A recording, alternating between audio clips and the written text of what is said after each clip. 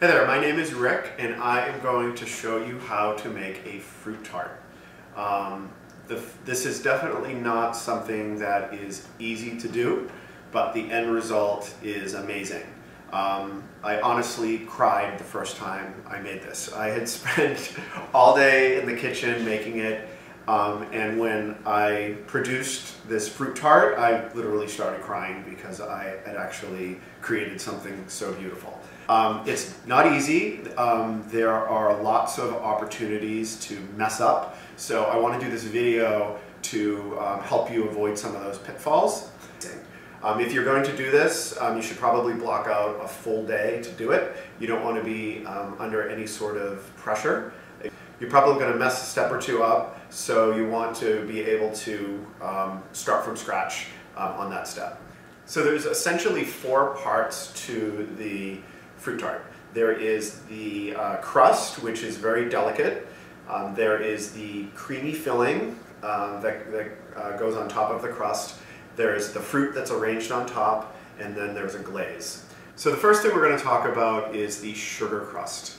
The sugar crust is similar to a standard pie crust, except it has the addition of sugar and eggs, and it makes it even more delicate, and it has a little bit of sweetness to it. Right.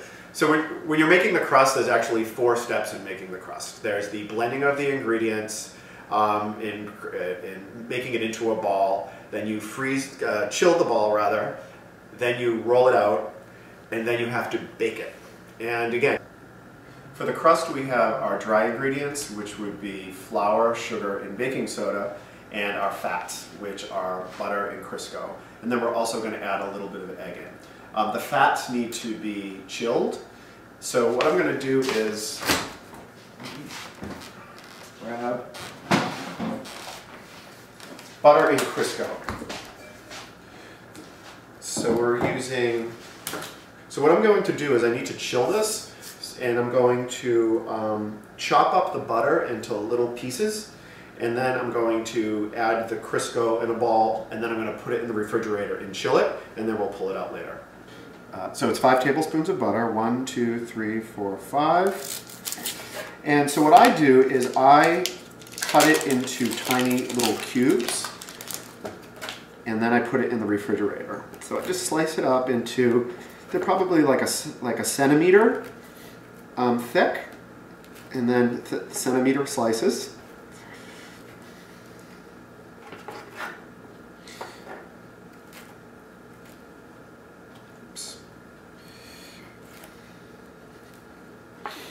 And then just cut them up into little cubes. And you just keep doing that until all 5 tablespoons are done. And then I'm going to do 2 tablespoons of Crisco.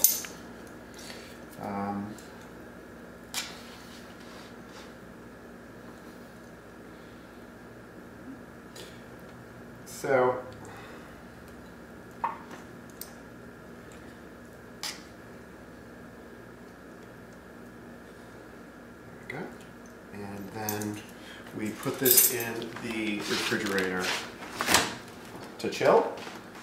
And I actually already have one that's been sitting in here chilling. So now let's whip up the dry ingredients.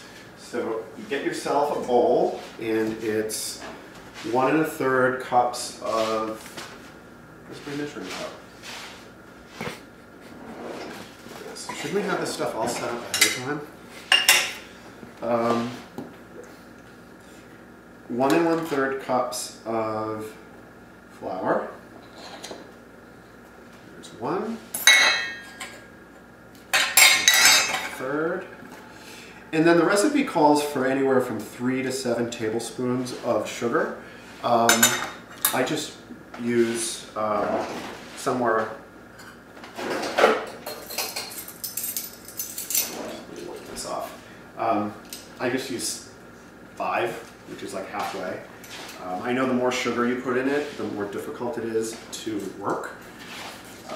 So I'll just put 5 tablespoons. 1, 2, 3, 4, 5. And then we need 1/8 of a tablespoon of sugar, which I actually don't have an eighth measure, I only have a fourth, so I'm doing half of a fourth. And, okay, so that's it. And then we want to do an egg, lightly beaten with a teaspoon of water. And we keep this separate. So this goes separate.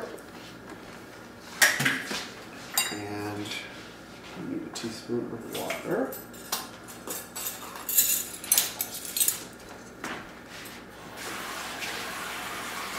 And then a teaspoon of vanilla, which I just added here. Oh! Whoops. I'm going to say that was a teaspoon. Oops. And we just want to lightly beat this up.